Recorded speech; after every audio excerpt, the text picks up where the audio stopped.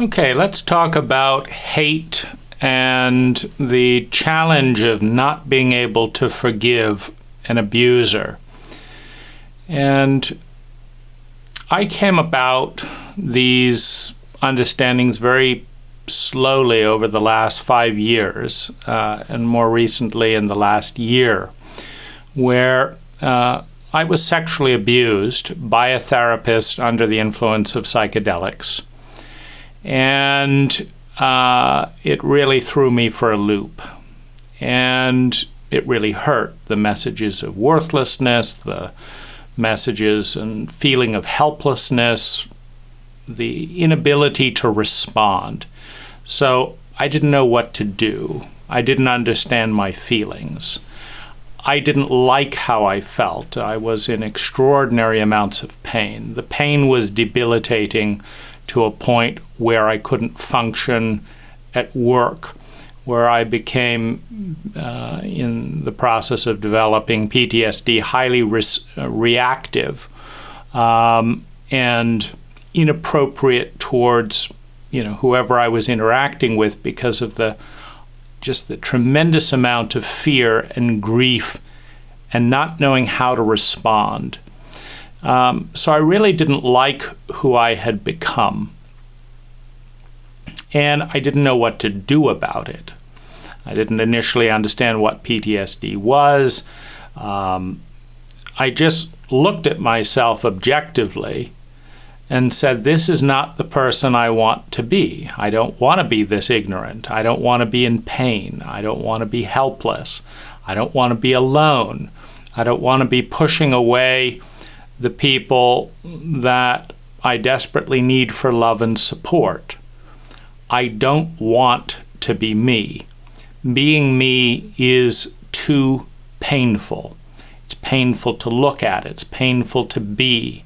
The future is unacceptable, meaning continuing to be this in a helpless state is something that I hate. And this creates the condition to say, I hate who I am, I hate who I've become and am becoming, and I feel helpless to get out of the mess. And so I turned my attention to hating my abusers, whether it was the initial abuse of my parents, whether it was the abuses at school, the abuses in my culture, the abuses of government, the abuses of the therapeutic community that recommend an inexperienced, unlicensed therapist without telling me about the licensed status. I hated the therapist for their incompetence. But what I really hated was the people who brought me into a situation where I could not accept, love, enjoy, or tolerate being me.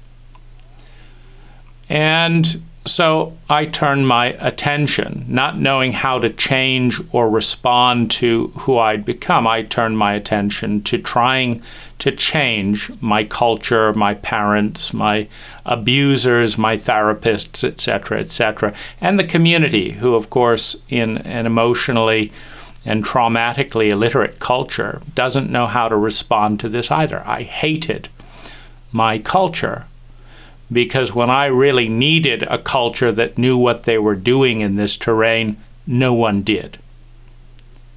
No one showed up adequately to help me be someone that I could accept and love. And so this creates a loop. I hate myself, so I hate the people who made me who I am. And I really do want to emphasize that if you are abused at home by incompetent parents who relabel the abuse love and then punish you for talking about it, there's no way out for an infant, for a child. You're in a dependent state of survival, security, love and belonging, and self-esteem, and developing your gifts. The first 5 human needs, and then bringing those gifts into the world, all of these are dependent on the parental and then the education system, where I was, again, traumatized and abused. And then you go into work, and the definition of being professional in our cult is not to bring any feelings or any personal issues to work. So, of course, none of it got resolved there. So then what do? You go to therapists. And, over $150,000 later, 40 different practitioners later, I still didn't know how to deal with any of this. And so I hated, therapy and, the whole architecture of blind spots and suppositions, etc. For example, I hated the fact that despite demonstrating symptoms of trauma, not a single therapist recommended a book on trauma or said, gee, you're demonstrating fight, flight, freeze symptoms.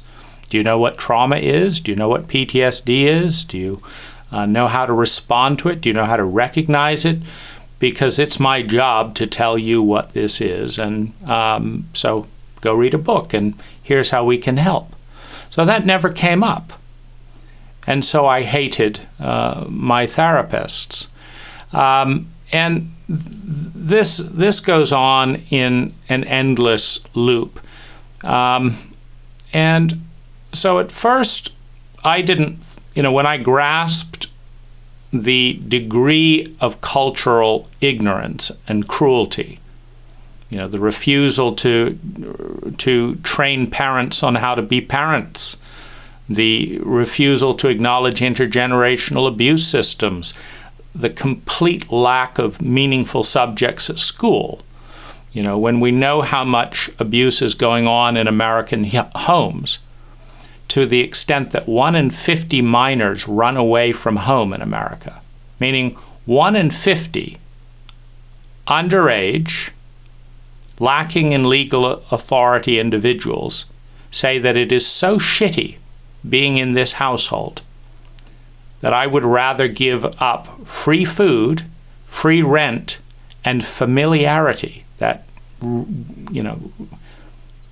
people cling to familiarity when they don't feel safe. So for a child, 1 in 50 American children, to say, I'll give all that up just to get away from this level of pain, speaks to a staggering amount of cultural and parental incompetence. And we're not dealing with it. We're watching soap opera after soap opera. We're getting fat on numbing foods. 1 in 7 Americans is a substance addict. We are doing everything possible to avoid addressing the most critical aspects of our culture. And so it's very easy to hate the culture that induces this degree of incompetence in its individuals, in its children, and then unleashes them out into the world as grown-up abused children. And so, for some time, not knowing how to love myself or accept who I had become, I turned my attention to blaming and hating the people who had influenced me to become someone that I couldn't love and accept. And there was value in going into that and really understanding just how difficult it is for a child in so many of our families to grow up to be the kind of person that we could love in ourselves and could be proud of as a culture.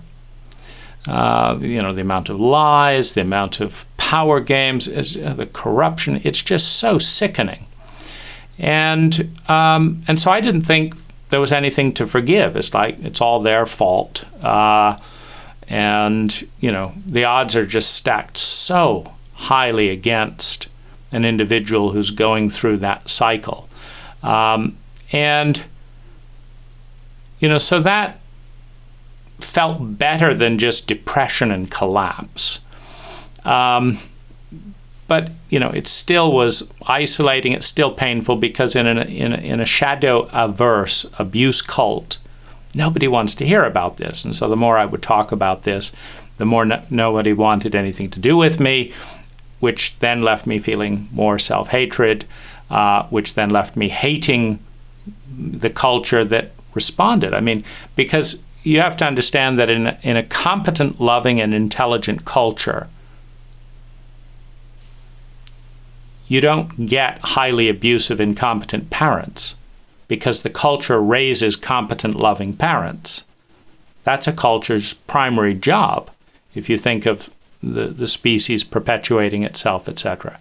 And you don't get such a bizarrely dysfunctional and schizophrenic education system as to spend, thousands of hours teaching you algebra and fractions, which you may never use a day in your life after school, but then ignores family trauma. So there's tons and tons and tons of valid criticism, and just throw up your arms around the cult that we live in.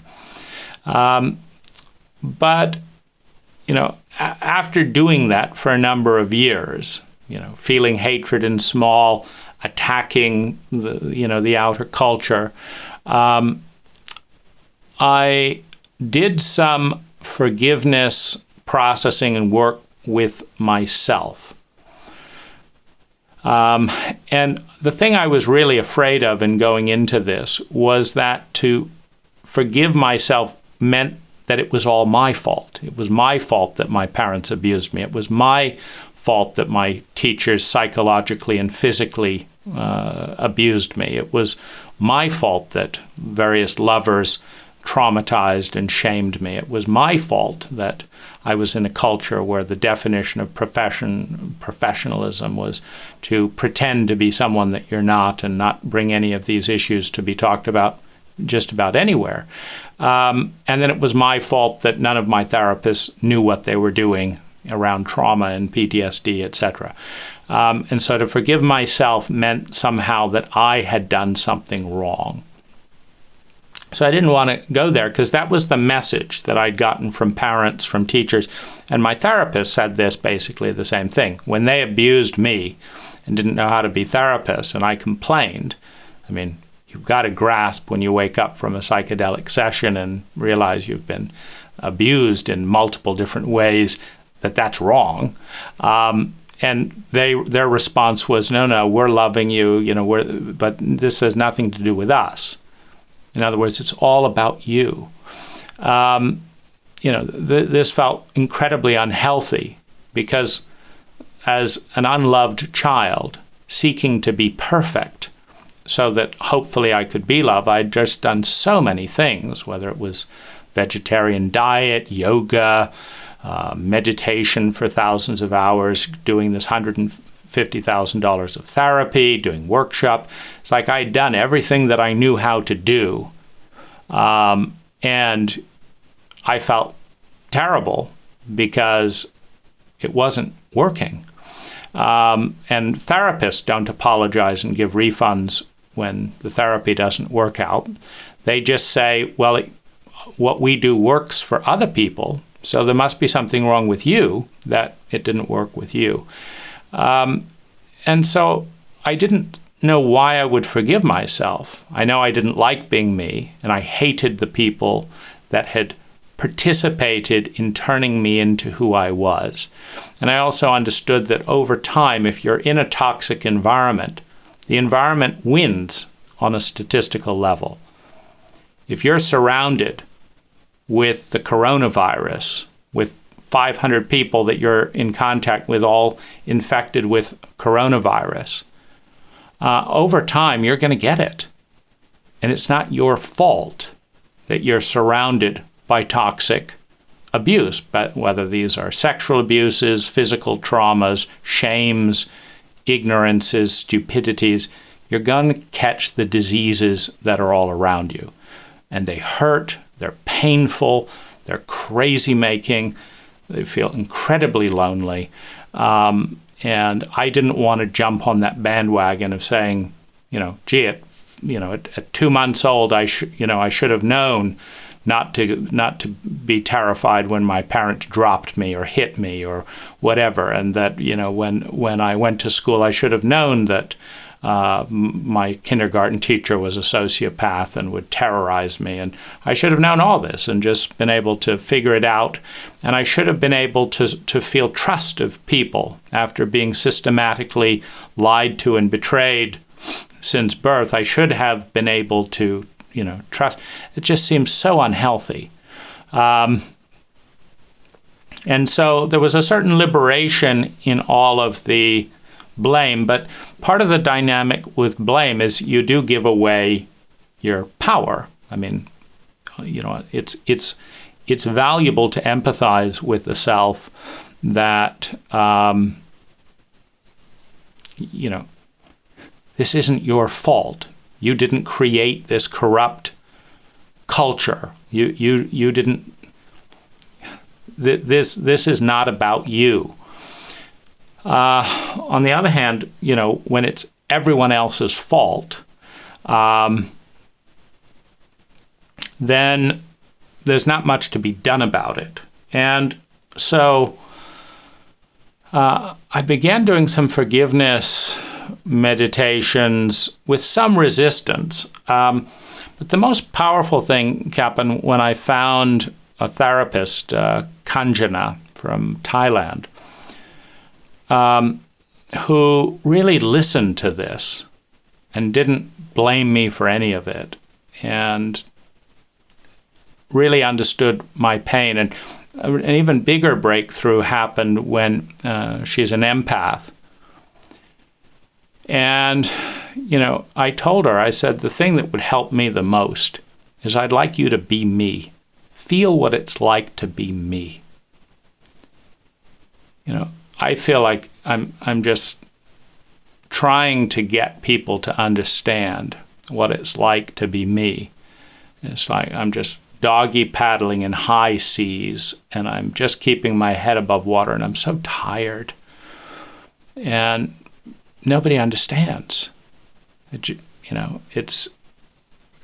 And my ability to cry was cut off due to the humiliation that my father directed at all feelings. He was uncomfortable with feelings himself, having been humiliated by his father, a World War II veteran who developed PTSD in France with a tank shell in his knee. And, of course, his government didn't know how to love him back to being a healthy, competent man, so he abused my father. And when my father would cry, he put the same shame that the military puts on its men for being weak onto my father at 6 years old. So my father didn't grow up emotionally more than about 6 years old. He was a very vindictive, scared, angry, and punishing 6-year-old, because he didn't like himself. He hated himself. So he hated the world that made him that way. And he dished that out in proximity. If you were close to Michael, you were punished more than if you were further away. And of course, his children were the closest to him. And when I learned that no matter how much pain I expressed to him, the more he humiliated me, I had to shut down. And so it's been very difficult to go into that pain in a world that shames men for tears and for weakness is the mechanism of the shame. And so I asked her to be me. And when I saw her break down in tears, and when I saw her body behave like my body, and when I saw her talking about the unbearable feeling of being me, and I understood that it was too much for her to bear. She let the energy that was in my body come into her body, that she couldn't function. She couldn't carry the weight of that amount of pain. And I saw what carrying what I've been given by my culture did to her and her body. And I understood that she got it. It was a deeper kind of release and understanding that it's not my fault. But more importantly, because she cried my tears, and I didn't see anything to humiliate. You see, when I cry, I hear the humiliation of my father. So to cry is to be humiliated. But when she cried, I didn't see anything humiliating about her. I saw something very honorable. And because she was holding it all at that time, I could be on the outside and give compassion to the pain in her that was my pain that she was carrying. And even though she could only carry it for 10 minutes, say, before it was too much for her, as the therapist, as the healer, during those 10 minutes, I could sympathize with what it was like to be her, because that's what it's like to be me 24/7. And that led to a breakthrough in being able to forgive myself. And as I did various forgiveness meditations, I guess the distinction that I want to make is that it is impossible to forgive someone else for causing us to become or experience something we cannot forgive in ourselves. So if we cannot tolerate being us, then we cannot forgive us for being us. If it's just too much to bear, we can't forgive us for being us. If we can't forgive us for being us, we can't forgive those that made us us. And some people may not have traveled around the world as I have to understand just how powerful cult influences are. You know, I can spot an American anywhere in the world. And it's ironic because America is the land of the individual. It's all about being me.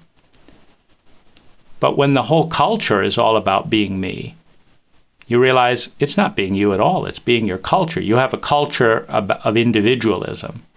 And so now you can spot an American because they're the ones most into being me. Not because they were born that way, but because the culture has shaped them into who they are in such a deep weaving of fabric that, like a fish in water, they don't differentiate themselves from the cult in which they were born. And when you can spot, you know, a Thai person or an Indian, and you realize they're their culture as well.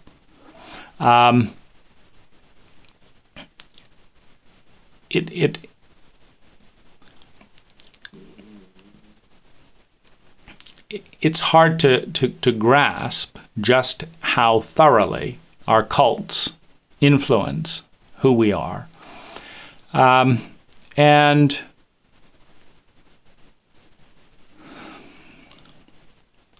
when I found that I could love Khan being and embodying me, sometimes even with her taking it, you know, and particularly in younger ages, when, you know, she's absorbing all of me as she possibly can.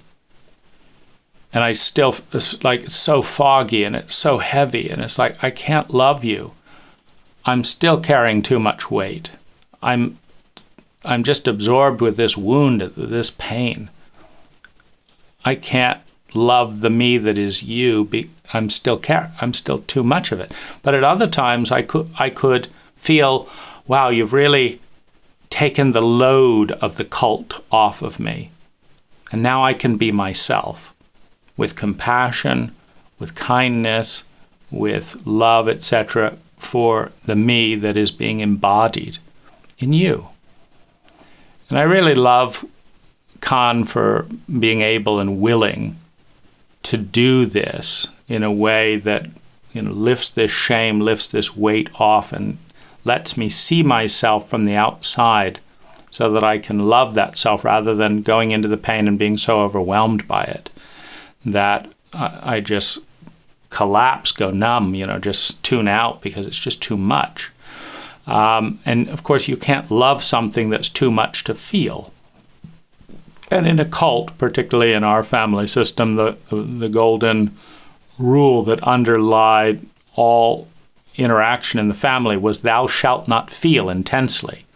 Well, if you abuse a child intensely and cause intense pain, and then put on a rule that says you will be punished for feeling intense pain, it escalates the pain and adds layers upon layers of invisibility, shame, and loneliness to the pain, which can just take it off the charts. It's too much to go into alone. So there needs to be help on the outside. So through a variety of different meditations in 3-hour therapy sessions that are now well over 100 hours, in terms of my ongoing work with Kahn, that is the work to together share enough of the load that I can love me, looking at me from the outside, and accept who I am and who I've become in this cult, in this environment, and accept and feel how painful that is. Well, that forgiveness work has really transformed self-forgiveness work. Forgiving myself for being in that amount of pain, forgiving myself for not having other options. You can look at it rationally and say, well, there were no other options. But once I can still forgive that there weren't. Forgive myself for being in a reality where that's the best thing that I could do, and that wasn't loving. I mean, it wasn't loving for me to be born in that family. It wasn't loving for me to be taught by those teachers. It wasn't loving for me to be shamed by those therapists. It wasn't loving for me to be in a culture where there's all this stuff bubbling up and the golden rule trying to make a living is don't talk about your personal stuff on the job. But here you're spending all your time on the job with all this stuff going on, but you can't deal with it where you're spending all your time. So it's not a loving thing for me to be here in this culture, in this family, in this way. But it's obviously the best I can do. And so with that self-forgiveness, I noticed I became less self-destructive, in less pain. With less pain came less coping mechanisms. The coping mechanisms to manage pain are generally pricey. If you eat too much to numb, then you're numbed out. So there's a cost to being numbed out and trying to function in the world. If you sleep all hours of the day, which I did to manage pain, there's a cost to being less available for opportunity. So life goes down. If I don't get enough exercise because I'm in so much pain, I don't want to feel my own body, then my health goes down. And so by lifting the pain in self-forgiveness after self-forgiveness after self-forgiveness, by giving some of that pain to Kahn, I was able to let go of some of those coping mechanisms. And as I did so, my life took a dramatic upsurge. numerous strategic decisions, not out of wanting to do it, not out of enjoying it, but just saying that's a step in the right direction for me. I'm going to do that because that'll take me closer to a healthier reality. And I'm going to do that, and that, and that, and that, slogging away in agony. My reality lifted to a point where there was then less pain, which meant I could come into my body and do more to create more of a reality that was less painful. So then I'm in less pain again. As the pain reaches a certain point that I can tolerate and understand it, understand my role in it, understand the culture's role in it, my parents' role in it, my therapist's role in it, the community's, everyone's role in this. And also understand that it's not personal to me. It's not like I've been singled out. Like, let's pick Dane for our child so that we can abuse him particularly in this way. My parents didn't know how to love in many ways. And I came along. It's not personal. And the other children in our culture, the millions of children that are born into parent homes where the parents don't know how to love and the teachers don't know how to, honor the traumas in the child and all that, it's not personal to them either. And then understanding that my abusers, by definition, in the mechanics of abuse spreads like a virus. So you don't abuse someone unless you have been abused in a similar way. And what I mean by that is I don't mean that my therapists were necessarily abused by a therapist. But the message of worthlessness has to permeate them before they can treat a client unprofessionally as a worthless human being. They have to have that level of blind spot. And where do they get that? From their own abuse in the same culture in which I was raised. And to understand that people who perpetuate abuses have all been abused extensively. So my parents were abused more than me. My therapist had more blind spots than I did. Well, that suggests they had to put up. Certain truths are taboo in any power system in our culture. And so if you want to navigate in those power systems, you have to not talk about the taboos. Otherwise you're fired or you're gotten rid of, which is a trauma in and of itself. To understand that to tell the truth in this cult is to be ostracized by some faction in the cult that doesn't want to deal with it. Why? Because it's overwhelming. Because they don't want to deal with their own and anyone else's either. So as I've developed love and compassion for myself to the degree that I have, I've created a better life that in turn allows me to accept which I become a nicer person. As pain decreases and reality becomes safer, I become happier with myself. So it's then easier to forgive myself. The more I can forgive myself and accept myself, the more I can understand, forgive, and accept the people who abuse and have abused me.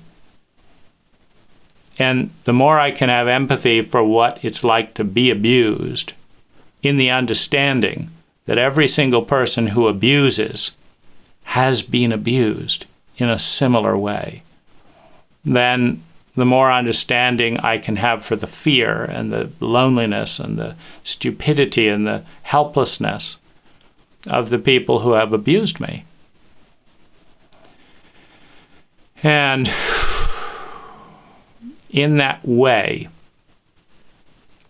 there's a further letting go of some of the pain, some of the weight, and reality can then get better. And so I've found that is the direction that takes me towards well-being. I couldn't have done it alone. I couldn't have done it just journaling. I still need help. But I found that to be an eye-opening insight that, as I've begun to let go of hating my abusers, it correlates with the preceding feeling of letting go of hating and not accepting myself, which ties in with being able to love and accept and feel who I am and who I've become. And to look forward, because, after $140,000 of therapy, I wasn't going to go back to a therapist because it felt like it would just lead to me hating myself more for not fixing myself in a therapeutic environment that didn't seem conducive to me doing that, which then left me feeling like a failure and an idiot for paying for failure.